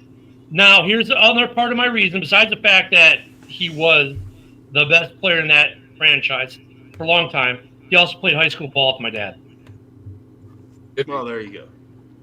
So, So a little favoritism for the guy who played football with my dad as well, but no, Jim Hart, who was also, by the way, the sporting director of SIU when the Salukis kept making the NCAA Final Four year after year after year in the early 90s. So not only was he a winner on the football field, he was a good sports director at Southern Illinois University. Nice. You guys know where I'm going. Number 11, Larry. Fitzgerald. Adam, who you got? When he almost beat us for the Super Bowl win, I didn't feel bad. Like, I don't know, because it was Larry Fitzgerald. I remember watching it going, well, if we lose, we lost to an ex-Pitt guy, really good guy. I wouldn't have felt bad at all. I wouldn't. I mean, I would have felt bad we lost, but at the same time, how we lost, that was Yeah, like if it would have been to a bunch of douche nozzles like the Cowboys, it would have been a whole different discussion. But yeah, I mean, I will note Fitz is my I'm with you, Adam. I agree 100% with you, man. If we'd have lost to Fitz and Kurt Warner on top of that, as good a guy as Kurt Warner is, it'd been kind of tough. Dylan, yeah, who you got, man? I still see Larry Fitzgerald running by the whole Steelers defense at Raymond James Stadium. It's Fitz. Maybe the best version of a professional wide receiver. Jeremy? I'm going to go with a guy that went in the Army and was killed by friendly fire, Pat Tillman. Pat Tillman. Yeah. Rav? No, Rav liked that one. Pat Tillman's cool, man. Shout out Pat Tillman. I'm gonna say another name. Aeneas Williams was a guy for so many years. I felt so bad. He was really good for a lot of bad teams. But you gotta say Larry Fitzgerald. Greatest hands I ever saw on a football field, Larry Fitzgerald. So you got, man? I'm gonna close it out also with Larry Fitzgerald. Very good. I saved what to me is the best out of the NFC for last, because I think it comes down to two guys and that's it. But let's see how it works. The San Francisco 49ers. Josh, who you got? Can I start it off with the greatest football player in NFL history? Number 80, Jerry Rice. Jerry Rice. Josh, who you got? I got Jerry Rice also. Ken? I'm gonna go with Montana. Jeremy? Love me some Jerry Rice, but I'll go with Montana. I went Joe Pittsburgh Montana. guy, Rav? Western Allegheny guy. Jerry Rice, no matter what list we're doing, he's number one. Greatest football player ever. Jerry Rice, number one. Haas? The GOAT, Jerry Rice. Adam? I need some goat juice. Jerry Rice. Didn't they also What's call him what's his Laurel? energy drink called? Goat Fuel. Something like that. When does You guys got also some of you, I don't huh? know. I thought they Some also of called you him like guys have Jerry. it half right. Some of you guys got it half right. The greatest of all time, Joe Montana. Jerry Rice is second as far as an overall player. Joe Montana executed the West Coast offense created by one of the greatest coaches in the history of the game in Bill Walsh. Let him finish. He won 3 Super Bowls, never even panicked a drop, took 2 of them and won them in the last minute of the game. It's Joe Montana, hands down. Yes, sir. Dylan, what you got? Yes, we all remember the Super Bowl when he's looking at celebrities and then throwing touch and then leading maybe the greatest drive in Super Bowl history. But Jerry Rice won MVP of that game. Hey, you know what? Let me help Rich out. Jerry Rice, you may be cool, but you're not call your wife from the sideline cool like someone else is. He just pushed 9 and dialed my home number and said hello. Right. Jerry Rice was better than Joe Montana, Tom Brady, Deion Sanders, anybody you want to name. Jerry Rice was the most dominant player on the football field ever in any era. Period. There's arguments for who the greatest quarterback is. There's not an argument for who the greatest wide receiver is. His records are I he's so get that. far away from everybody else in the wide receiver, even in the modern era. No question. And by the way, Dylan, Montana won 3 Super Bowls, won the MVP in 3 Super Bowls. 4 Super Bowls. Steve Young won the 4th one. No, he didn't. Montana won Super Bowl 16 or 17 in Detroit. He has one for each hand, remember? We all seen the commercial. He technically has 5. Everybody forgets that he had the catch by Dwight Clark to win a Super Bowl.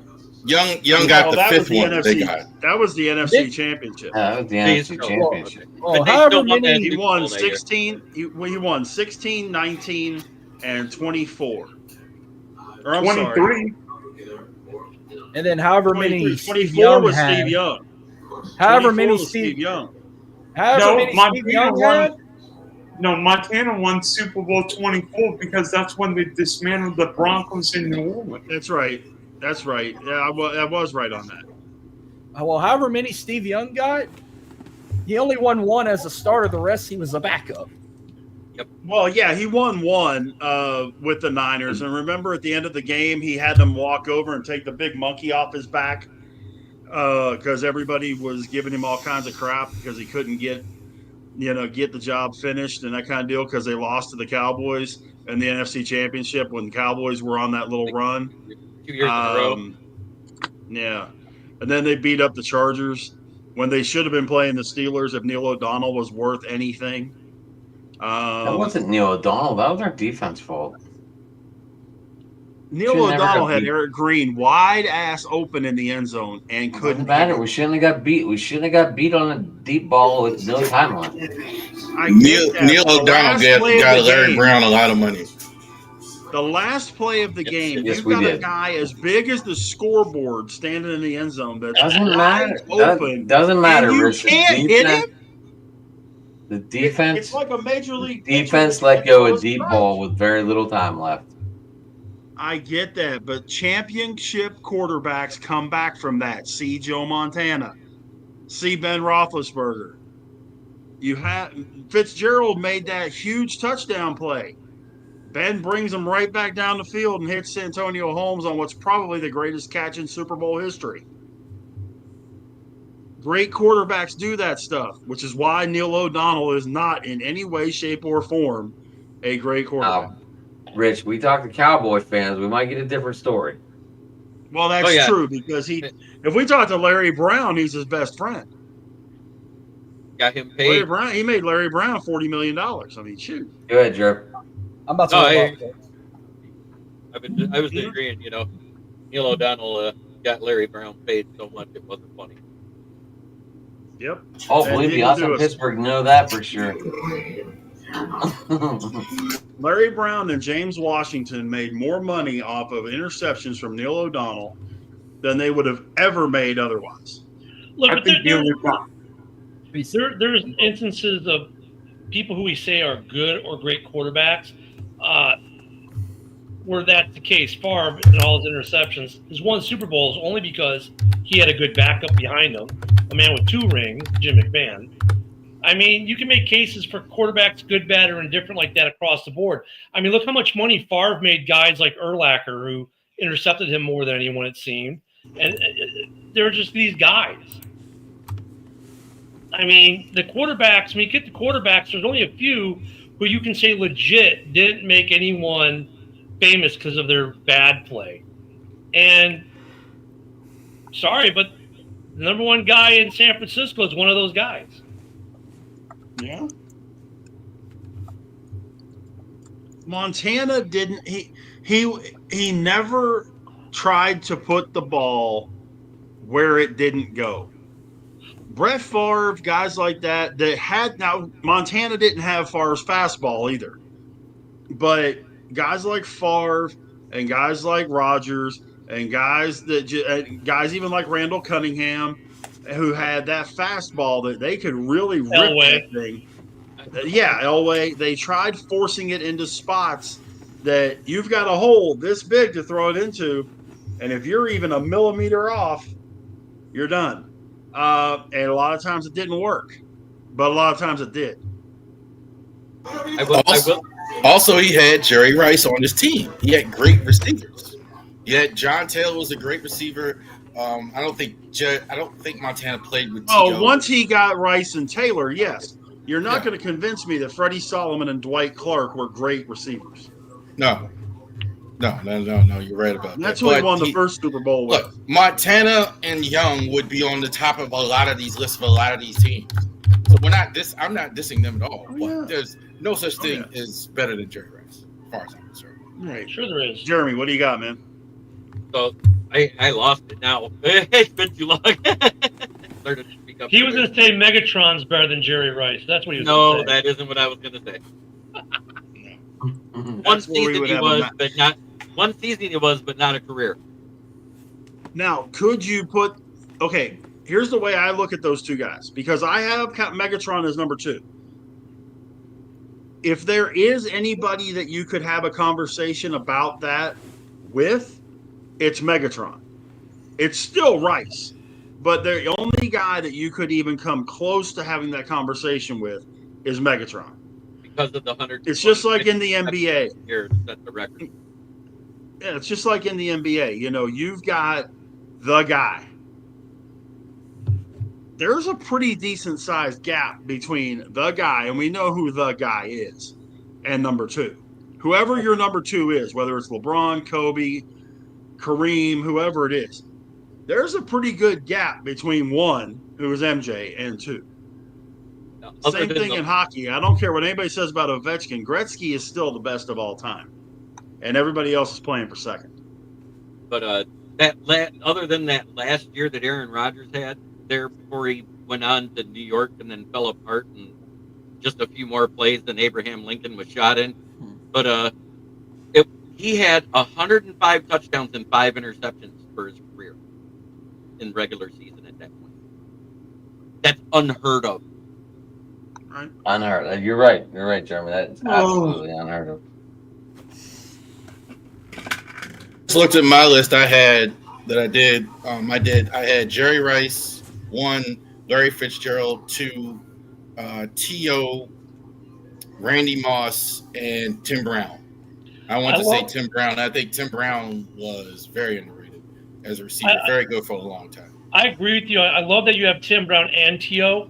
Tim Brown was just, Tim Brown, he just did it. Like, he wasn't in the media. He just went out there and he just put up numbers with teams that were sometimes good, sometimes and he just did it. And then T.O., people just think about get your popcorn ready and all the hijinks. But, dude, remember, his Super Bowl year with Philly, broken leg, comes back from the broken leg for the Super Bowl and still performs. I mean, T.O., there's a reason why you couldn't deny him the Hall of Fame. I mean, those guys, are they at Rice level? No. Could they have been given different situations? Maybe, possibly. I don't know. But I love that you have Tim Brown, especially because he gets forgotten. And Tim Brown was, I know Dylan wants to talk, but Tim Brown was kind of like what Mike Evans is now. Like over and over and over and over and over and over with the 1,000-yard seasons over and over. Yeah. Dylan wants to say something. Except Evans doesn't return kicks. Yeah. Yeah. I want to ask 3 people. Big Reg, what the heck were the Pirates doing pulling Paul Skeens when he was at Seppi pitches on Sunday? Allowing him to be ready for Tuesday. Josh, I don't know about you, but I think the FIA screwed Oscar Piastri with that 10-second bull crap penalty on Sunday. That's what I said yesterday on Rich's show. There should have been 5 at most. And you know how much of a Orlando fan I am. I love British bias, am I right? And Adam, you want to draft afterwards? So that you want to draft afterward? No, but Dylan, I think me and Rich are gonna do one with you. Ooh. We just don't know when. Yeah, just gotta. So don't burn all your money, all right? Don't burn all your money. We're gonna do one. I'm going to draft tomorrow night, and we're going to win $2 million. Hopefully. I do have a little tidbit that I read earlier, and it has to do with our favorite quarterback to talk about on the Browns, Shedeur Suzuki Sanders. He's actually eligible to be picked up and moved to the CFL according to the arbitrary agreement.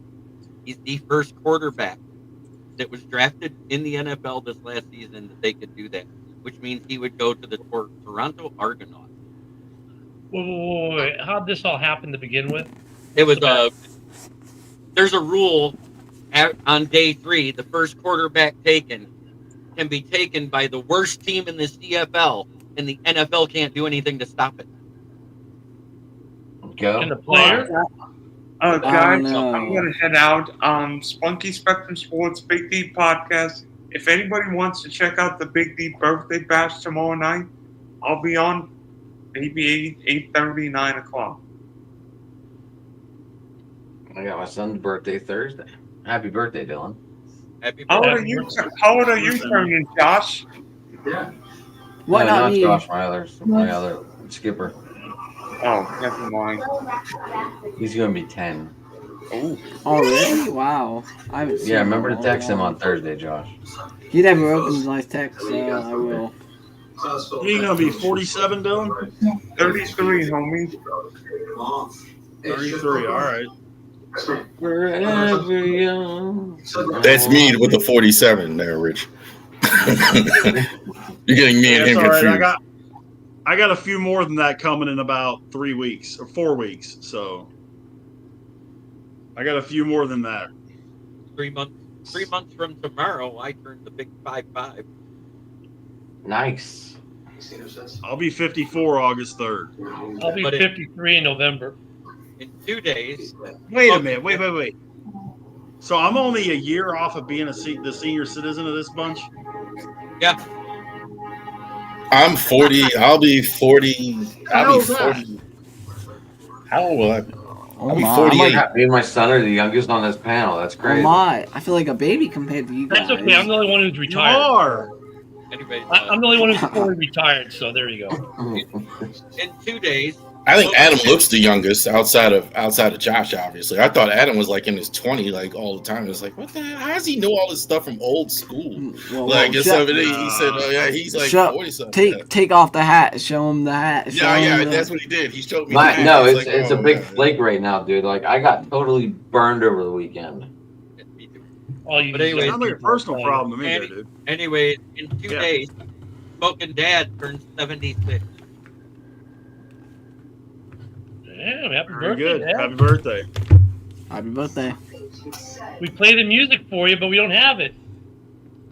I'll have My grandson turns 4 at the end of the month, so we'll have to have him pop on at some point before then. So I'm not in that one yet. You got me there. I don't have Grandparent time is the best time. he's I'm 4 grandparent going daycare on Monday through Friday. 14. Yeah, you get to get them all sugared up and send them home. My That little granddaughter. turkey bird, man. My My granddaughter. oldest daughter, she's only 18, so I don't have we don't have that one yet. We got the Well, one our grandparent. oldest- Our oldest turned 25 in September.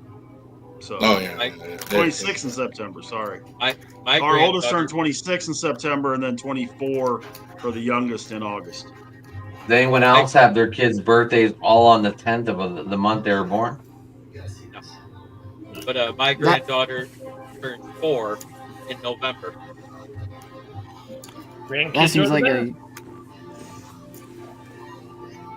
Forever young. Yeah, my grandson starts the parade of holidays around our family. It just follows one after the next. You got his birthday, my birthday, my mother-in-law's, or our youngest two's birthdays. My mother-in-law's birthday, and it just all the way into January with my son-in-law, and then our anniversary is in March. It kind of sits off by itself. So. But a long ways back, my dad said that I knew which guy that he said was the greatest backup quarterback all time, and it was the same quarterback that took 2 different teams as a backup to the Super Bowl to get sat down for the starter, and that's Earl Morrell. Earl Morrell. Earl Moore, Mm. Baltimore Colts, brother. And then on to And the Dolphins. the Miami Dolphins. That's right. The undefeated Yep. season when Greasy. That's the Kyle Orton story, right? His rookie year in Chicago, wins 10 games, gets the Bears to the playoffs. They send him for Rex Grossman. Rex goes in, one and done. Kyle, don't call me Randy Orton. You know what's funny about Orton? He got no votes for Rookie of the Year that year. Offensive Rookie of the Year got no votes, but he won 10 games as a rookie starter at the time. That was kind of unheard of for a rookie starter to win 10 games. And here comes Orton, very unassuming, does it. They bring Rex Grossman back in. And that was, I bet there are people to this day who debate that if Orton had started instead of Grossman, the Bears may have won the Super Bowl that year. And who they bring in after that? You're leaving that part out. After Grossman. Sexy Rexy? Yeah. Jay Butler. We traded for Cutler. We traded Orton for Cutler because then Rexy was gone. Then we made Orton a starter, and then we traded Orton for Cutler. Right. Then after that, you got Mitch Trubisky. There's a waste of prime natural resources for you. Then it was Bustin Fields, and now we're on Caleb Williams. Fields might, Fields said this could be a season. He might turn that career around up there. I mean, not that he's had bad numbers in the two places he's been, but don't be surprised if Fields becomes like the guy in New York. To do what? Play football? The thing that I think. The one thing that got me, Ken, about Trubisky, going back to that for a second. Yeah. The Bears gave away all that stuff to get up to 2, and you're thinking, okay, they're going to get Mahomes, they're going to get whoever, and they take Trubisky. Or they're going to get Watson, yeah. I remember the pick. Everyone was like, who? His rookie year, he wasn't bad. I mean, he wasn't bad his rookie year. Then some injuries and some bad coaching happened, and now he's just a super backup for the Bills. I mean, Trubisky showed signs that first year that, maybe they knew what they were doing. And then after a couple of injuries, he wasn't the same after one injury and thumb injury, and that's how it goes in the NFL. But at the same time, I think the thing that ruined Mitch Trubisky the most was that birthday party when Dwayne Haskins got killed. Yep, that too. Because he was hosting the party. Yeah. Yeah, there's another first round pick I forgot about. Like we never did find out about Dwayne Haskins. He struggled. He kind of fell out of favor in Washington, and he never even got a chance to rebound. Wasn't he in Philadelphia? Wasn't he in Pittsburgh? He was in Pittsburgh, yes, because that's when they signed Mitch Trubisky to be the backup, and they brought him in from the Foreskins and was training him to be that guy, and he was supposed to compete with Mitch Trubisky as the backup that year, and he threw that birthday party where Dwayne Haskins' wife drugged him. Yeah, we don't know. That's alleged. No, she got arrested and convicted. Well, for the sake of our stream, it's alleged. We're not going to. She's convicted. I understand. Yeah, she's convicted, so it's not alleged anymore. It's convicted. Yeah, okay. Yeah, it's like saying Ted Bundy allegedly killed it. No, sorry. Speaking of Dwayne's that you're not real sure what happened to that had a really promising future when they came out. Remember when Dwayne Bowe got drafted? Yes. And everybody thought that he was going to be an absolute monster. Yes. And did absolutely zero in Kansas City. Well, I mean, that's what I love about the draft, though. The draft is like, you want to be good at the draft, this is what you do. Go to Vegas and just bet on either red or black. Yep. But the reason that Dwayne Bowe fell apart the way he did was when Alex Smith hunned him out to dry and that safety wrecked his knee. He was never the same after that because he was on his way to a great season that first year. Yeah. I mean, there's been every year, I hate, I've already seen, because this is the time of year where we're in the clickbait season. The couple weeks before camp, there's not really any OTAs. There's not really anything much going on. So you got all the clickbait. They're already doing, here are the guys who are going to be busts from last year's drafts. Like, guys, they have 1 year under the belt, all in differing situations. What's his name that the Vikings took? J.J. McCarthy. McCarthy? No, not left. No, the defensive end. Oh man, I don't have a clue. 2 years ago, defensive end. yeah, I'm drawing a blank too. Yeah, But they're like, oh, he's a bust. Why? He's in a deep lineup. He still plays. He's effective. Oh, Roma Dunze's a bust. Well, how's he going to be a bust in that? I mean, he had a solid rookie year. It wasn't like blow the doors off. It was solid. I think it's funny when people were in that, these people are busts and, you got to wait 3 years on these guys. And there are so many guys who come out with so much hype out of the draft because the draft is such a hype machine that they can never live to the hype. It's like waiting for Phantom Menace to come out. They never. Well, if Adunze had a decent quarterback thrown to him, I'm sorry. Yeah. I said the same thing. If he didn't have Caleb Williams thrown to him, he'd have been better. Yeah. If they had an offensive line, but that we'll see what happens this year with the O line. Have a great night, everybody. Have a good one, JB. See you See you in later, the morning. But I mean, it's just like with the draft. It's like you got to wait 3 years. You got to wait 3 years. We had in Baltimore, I saw this. Kyle Hamilton kind of struggled his first training camp. He got beat in the game. He got beat in coverage a couple times. And they were yelling, he's a bust. We get him out of here. This guy can't. It's like, God, like he just got drafted. It's his first training camp. And obviously, Hamilton might be the best safety in the league right now. One of them. I'm glad I didn't hear that stuff. People just get too crazy at times about training camp and all that. So, No, Well, you're not right. clickbait time. So it's like, Ben Johnson hates Swift. Says who? Some that's going to be his writer, best friend. some writer who needs someone clicks to make his quota for the day. I mean, How many offensive coaches have the Bears ever had? well, that's I always, no. That's I don't been think the they've ever problem. had two. No, Ditka was the last one because Lovie Smith was head coach. He had great defenses. He never had his best offense was the 15th ranked offense in the league, and that was the year they went to the Super Bowl and ruined Rex Grossman's career.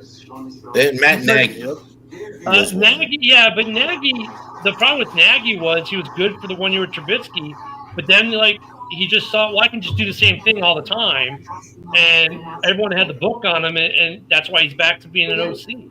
He didn't change. Nagy didn't adapt. He was 1 year really good, and then he failed to adapt as a head coach. That's why he lost his job. I think Nagy actually might wind up at some point taking the place of Andy Reid in Kansas City. Yes. Whenever Reid does retire. They might be grooming him or Spags, but I mean, but look at KC's offense. It's nothing to shout about, and he's calling the plays. Yeah, and I don't see Andy Reid going maybe, but 2 more years maybe. I don't know Reid, if he's came back, so you never know. You might want to stick around a little longer now. Reid's not going anywhere as long as Mahomes is there rolling the way he is. The only the thing with him is he's actually had medical issues. So I think that could be a thing where he can't. Where I think the same thing in John Harbaugh in Baltimore. As long as Lamar's there, he's not going anywhere. He's not going to retire. Oh, there's a big difference. Yeah, but Rav, there's a big difference. I mean, Andy Reid's 67. John Harbaugh is in his 50s, if I remember. John Harbaugh is 61 or 62. John Harbaugh is 62. He's 5 years younger than Andy Reid. John Harbaugh looks 52. Andy Reid looks 67. Yeah. And then you got Pete Carroll at 72, and he's walking around like he's 60. I think he's younger than that. Yeah. I'll tell you what, people are going to sleep on the Raiders, and they're going to play better than you think. I'm not saying they're going to contend for the title or anything like that. They had a lot of injuries. But Pete Carroll is going to get good play out of it. Sam Miller, baby. Well, Raiders aren't terrible. Raiders aren't terrible. They're just in a tough division, I think. Well, it's also they had a lot of injuries on the defensive side of the ball that really, really hurt them big last year. And now they got guys back, hopefully healthy. I mean, they're going to be competitive in that division. They look at that. AFC West used to be the best division of football at one point, and it's dipped, and it's making a comeback. They might argue for being the best division in the AFC. They might have an argument to pick with the AFC North. I think right now it's the North, but don't sleep on the AFC West. All 4 of those teams, great coaches, great rosters. The Raiders may be the weakest of that group, but don't sleep on them. I think the West is the best division right now, and AFC West. And boy, I tell you what, man, I hope Bo Nix improves off of last year, because if Bo Nix improves off of last year, Denver's a playoff team.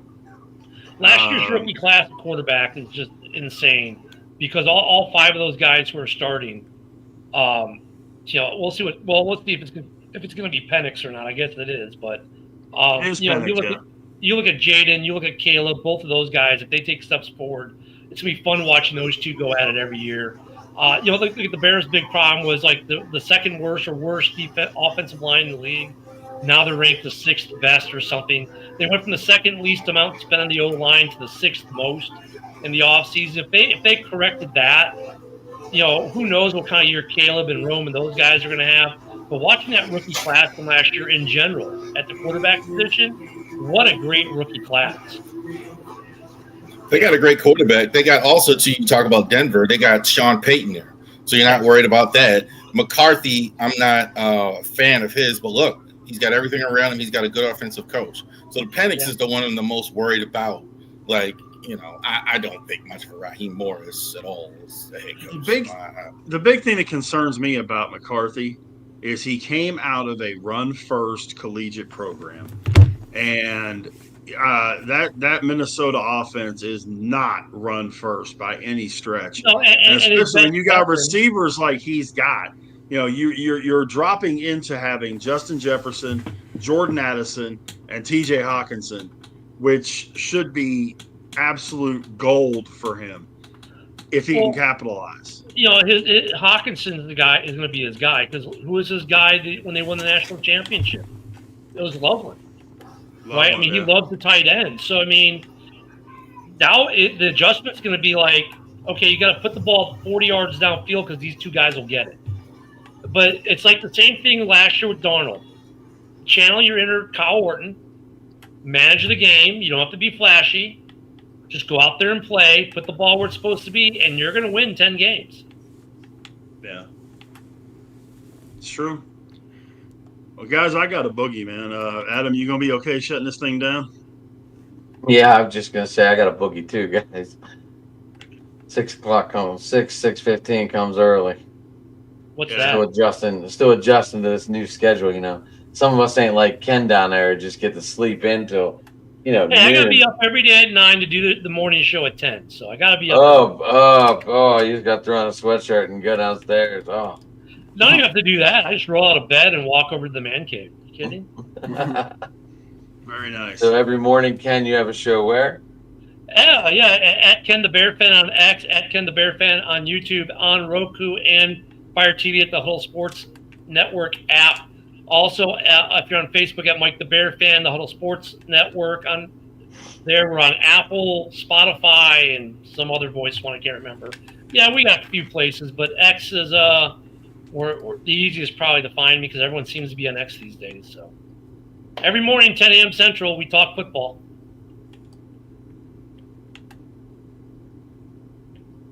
Josh, it's hard. I got to wake up early, Anywhere to find you, Josh? Have you got your Twitter up yet? Nah, not yet. You need to get one, boy. I know. Rap. How people get you? So definitely check us out, Ravery Sports on Twitter, Ravery Sports on Spotify now also as well. So you can check us out there. This week podcast we're going to do top 10 offensive tackles in the NFL. Ravens schedule prediction. We're going to do that as well. High school, which are the best players in high school coming up in the MLB draft. Sunday also, we're going to have our baseball stream. So we're going to talk about the Orioles and the Marlins game, and we're going to talk about the MLB draft that night. We're going to do that. And interview this week is going to be on Driving to the Top as well. Professor Brooks is going to talk about media, sports media in the Negro Leagues baseball. So we're going to talk about that there. Isn't it interesting with baseball and hockey? Are they the only two that draft right out of high school? NBA doesn't do it anymore. They did. The days of Sean Kemp and all that. Nowadays, you have to do at least 1 year in college. I think is the rule. I think it's 1 year. I think you have to do at least 1 year in college. You can go straight out But they've got a waiver in there that if you go straight out, you completely wait. You can't go back to college. I thought the NBA had a rule though. You had to do at least 1 year. I thought they made so you couldn't come out. You have to go to the G League, I think. I think you can. Yeah. I don't think you can play in the NBA actually. Yeah, you can't go straight from high school to the NBA. You have to either go to college or G League. Some might go international or whatever. Yeah. And it's funny because like with hockey and baseball, they go, you know, I mean, hockey's the funniest. Not to veer off, but that's what I always thought funny about hockey. Because hockey, they'll draft a kid.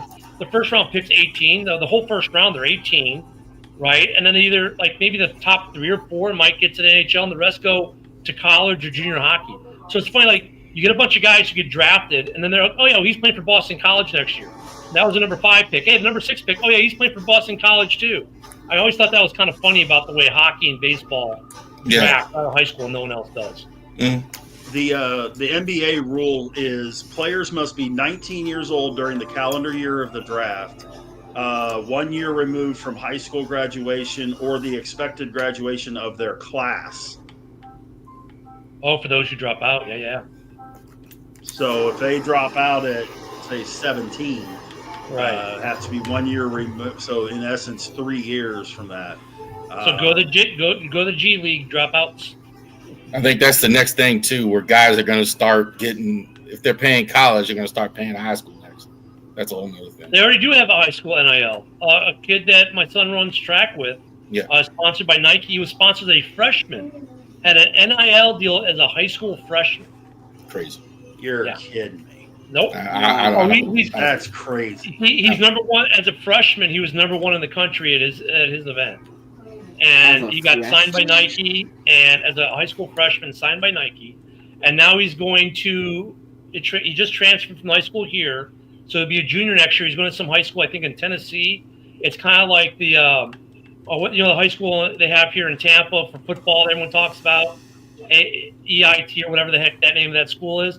Well, there's one in Tennessee just for track, for all these like the best track athletes in the country, and he's going there next year, and he's sponsored by Nike. Yeah, it's ridiculous. Yeah, as a high school student, NIL, unreal. All right. So just to let everyone know, the Pirates won 6 in a row, and now we're on the verge of losing 6 in a row tomorrow. We lost tonight again. So we're 0-5 in our last 5, 6-0 in the time before. So the winning streak didn't mean shit. Come on, I'm predicting we go about 500. Anyway, you can give me that Sports Talking It on Twitter. Driving to the Top on Twitter. Obviously, the YouTube channel, guys. Best place to get us when we're live, so we can see the comments. So hit that like, subscribe button. Driving to the Top Productions, and Rich, close it out. And let's get out of here. All right, you can get me on Twitter at BigRich8371 or on Facebook, just my name, Rich Richardson. You can get me with Captain Negativity over here tomorrow night, 9 o'clock Eastern, 8 o'clock Central, as we do Steel City Sports Talk. We'll talk Pirates, we'll talk Steelers, we'll probably talk All-Star Game and different Look, things I was like excited. You never know where we're going. I was excited, all right? I was excited to go in 6-0. But I also said we're going on the road and we might not win a damn game. And I told you that was going to be a tough road stretch. We talked about it on the show last week. But, you go to Seattle, Kansas City, and Minnesota. That's a tough stretch. I told you I would be content at 3-6. We may not get that far. But, definitely check us out at all the shows. All the shows these guys do, all the shows that we have on the network. Check us out, like, and subscribe to all of us. You can either catch us on our individual pages or on Driving to the Top. Routed over the Driving to the Top, though. And guys, appreciate everything. We'll come up with something creative for next Tuesday night's open mic. And we appreciate everybody submitting their questions and comments and being a part of the broadcast tonight. Until next Tuesday night, excuse me. It's been open mic night for Driving to the Top Productions. So long, everybody. Bear down.